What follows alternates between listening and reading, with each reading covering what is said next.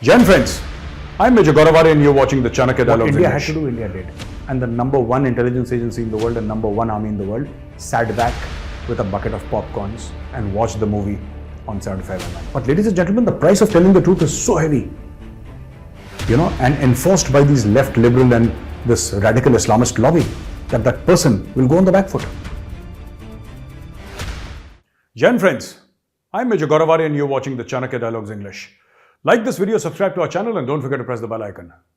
First of all, many congratulations, and today is a matter of great pride.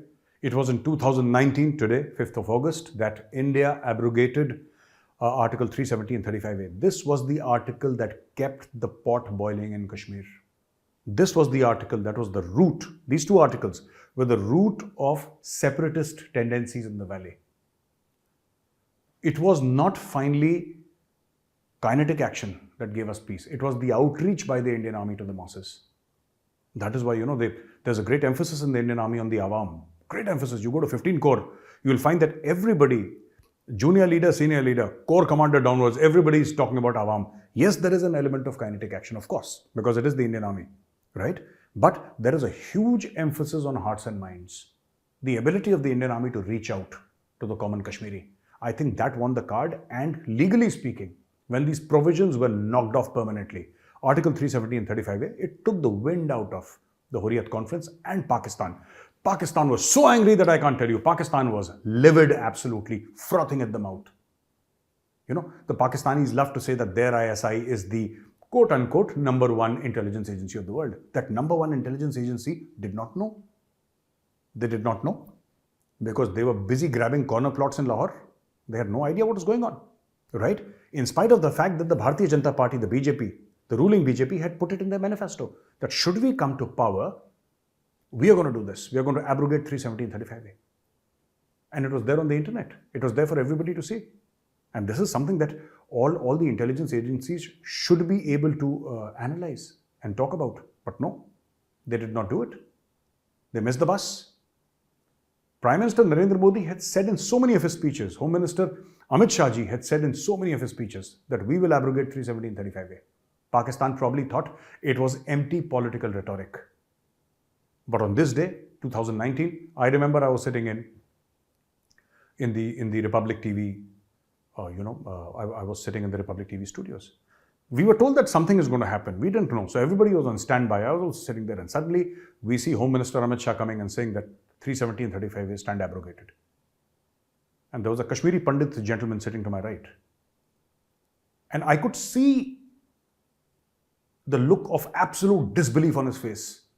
And then he told me later, he says, Gaurav, I never imagined in my lifetime this would happen. Because we had said that this will never go away, this will never happen. And yet it did. And it happened in my lifetime. And I'm so grateful to God. Because of God it happened. So, it was a very emotional moment for all of us. Me, because, I think I'm an honorary Kashmiri. It calls out to me from within. And of course, he was a Kashmiri Pandit, so he was absolutely ecstatic. Anyway, so Pakistan did absolutely nothing about it. These Lahoris, they love to talk. They talk big. They have a habit of boasting. They talk big, they do nothing. And Imran Khan is a typical Lahori. He might say that I'm a Pathan, but that is only on paper. From the heart, from his soul, he's a Lahori. And like all Lahoris, he talks big. I will do this, I will do that, the heavens will break. He'll say stuff like that. On ground, the result is a big fat zero. The Pakistan Army, the Pakistani Intelligence Service, the Pakistani Diplomatic Corps, whose very existence revolves around Kashmir, because beyond Kashmir, they have not been able to grow out of this Kashmir. They're still wearing childhood clothes. A 75-year-old man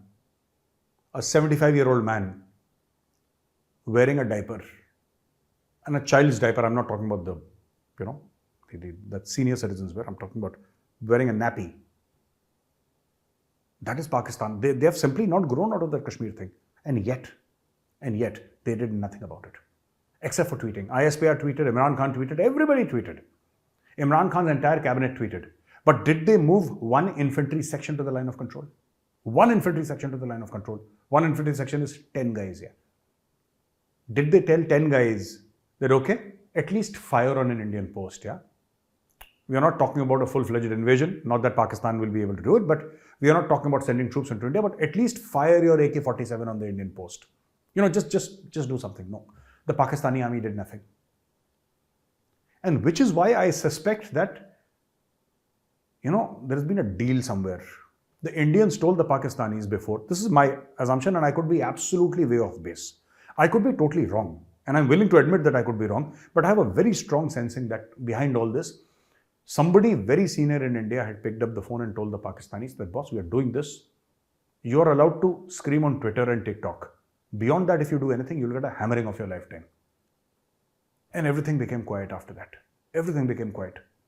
Pakistanis screamed and ranted on TikTok and Twitter and social media. They made YouTube videos. There were lots of debates and discussions.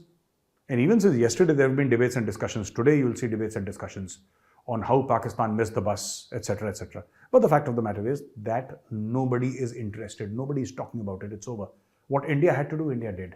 And the number one intelligence agency in the world and number one army in the world sat back with a bucket of popcorns and watched the movie on 75mm. Or whichever mm it is. They just watched the film. That's it. Nothing else. Ladies and gentlemen, the second news is even more exciting, but it has a lot of numbers in it.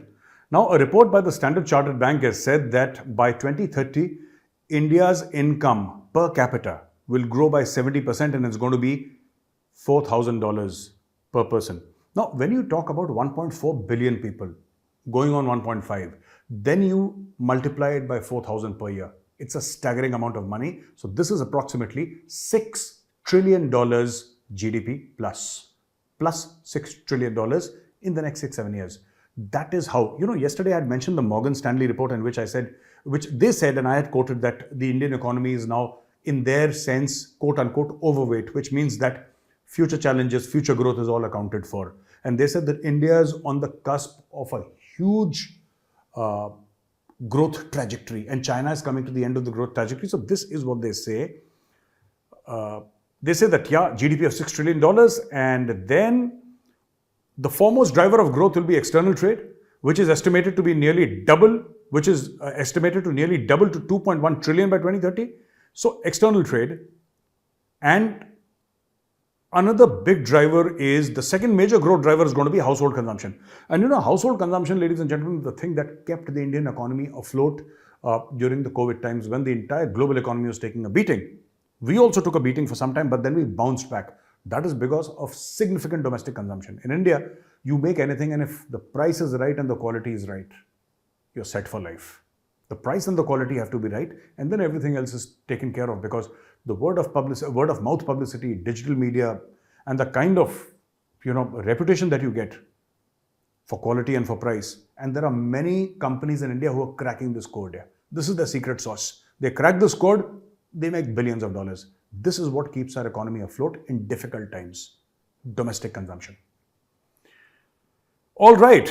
And news from Punjab, excellent news from Punjab. A Spain-based Indian with links to pro-Khalistani outfit held, planned to carry out targeted killings, say cops. So Punjab police did an operation and the accused Harjeet Singh, he was arrested from the Indira Gandhi International Airport. Now Harjeet Singh is a Khalistani and he's a Spanish national as per the reports. And he was coming to India. He had collected funds and he was going to carry out targeted killings. Now, what is good in this news? First of all, I think the positive thing is, which is not mentioned here, but this is my analysis, is that when state agencies and central agencies cooperate, because, politics, different political party at the center, different political party at the state. And that's okay. They will have different narratives and they'll have different points of view, and that's absolutely fine in a democracy. But when both partner, because there is a national security threat, I think we have achieved the ideal situation in a democracy here, where nobody's playing politics with national security. And Punjab police, slowly but surely, is cracking down on these guys.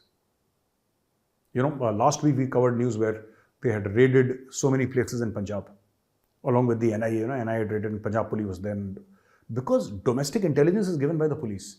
Even when you do operations in Kashmir Valley, right? Most of the hardcore intelligence, actually, kinetic operations will be done by the Indian Army, but the local level intelligence will be given by J&K police. And of course, the SOG of J&K police also does operations. Similarly, in Punjab, their intelligence network inside Punjab is very good. The Punjab police, they have ears on the ground, they have people on the ground. And these are the people who are actually fighting this whole Khalistani thing. There isn't much of it in Punjab, by the way. But any killing can spark off tensions. And that way it's a border state. And then Punjab, is a state that has had a bloody past, in the sense in the 80s there was a lot of bloodshed in Punjab, which is why I'm saying it has had a bloody past, a bloody history. And innocent people were killed in large numbers by these Khalistanis. Now, this guy, Harjeet Singh, he was coming with this aim of causing mayhem and bloodshed and assassinating a few people in Punjab. Now, he has been captured by the Punjab police, he's been arrested by the Punjab police. Now, he is going to be questioned, and this is the fate that should befall every Khalistani who dares set foot in India.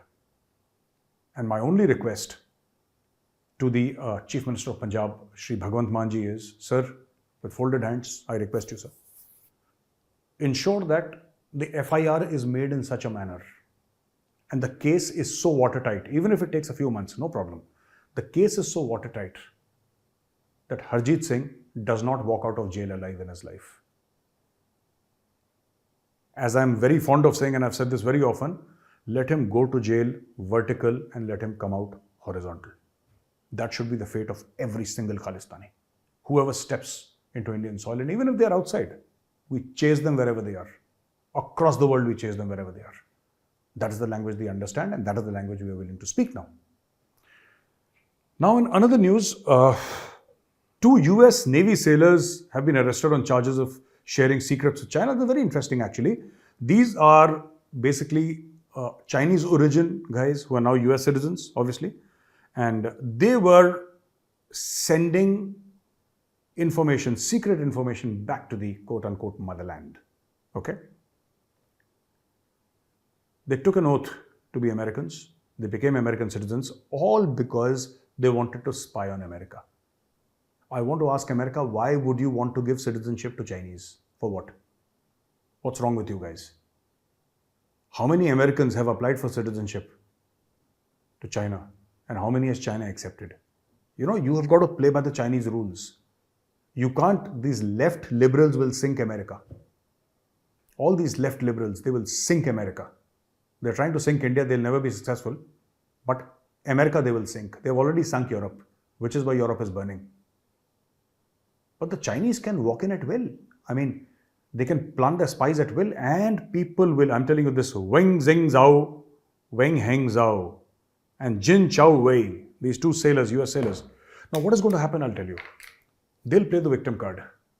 And within a week, 10 days or 2 weeks or 1 month, you'll have an NGO coming up and saying that these are not spies, these are innocent people. They are being picked upon because they are of Chinese origin.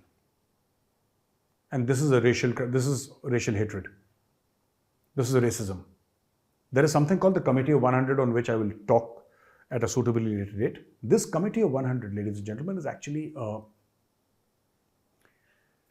this whole Committee of 100 actually, it is like a body of Chinese people who are American citizens. They live in America, they have businesses, they are influential. And they are the people who are involved in covering fire to all the dirty activities of China in America. So let's say this Chinese spy gets caught. It is the Committee of 100 who will get into action. The Committee of 100 will get into action and say, oh, they're being racist. This entire victim card, they'll start playing the victim card. And that narrative will be built up in the media. Because race is a very sensitive topic in the United States of America. Like for example, Afzal Guru does something wrong. He's sentenced to death by the Supreme Court. But here are NGOs who will give the narrative that he's been hanged to death because he was a Muslim. That's it. And nobody wants in India, nobody wants to be called communal.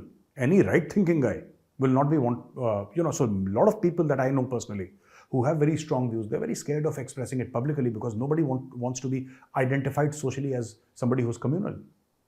And those guys are not communal. They're just telling the truth. They're not being communal. They're just telling the truth. But they are branded as communal because this is a handle by which you can whip the common man. You can whip an Indian like that. You know, as an Indian, I'm telling you, an Indian will do something and you just say he's communal, this guy will go on the back foot. Because he's just telling the truth. But ladies and gentlemen, the price of telling the truth is so heavy. You know, and enforced by these left liberal and this radical Islamist lobby, that person will go on the back foot. Nobody wants to be socially and publicly branded communal. And this is what is going to happen in America within 2-3 weeks or 1 month. Take my word for it, note down today's date. You'll remember that Major Arya said so. They're going to say this is a racist crime. And those people in the US Navy are criminals, and just because these guys are Chinese, they want to get after them and they want to, you know, remove them from the Navy, and white supremacist and Ku Klux Klan, all that nonsense will start happening in America. This is the gift that the left liberals have given to the world. You know, they are loyal to no nation. So thank you, ladies and gentlemen, for watching this video. If you like this video, press like, subscribe to our channel, and don't forget to press the bell icon. Jai Hind, Vande Mataram, Bharat Mata Ki Jai.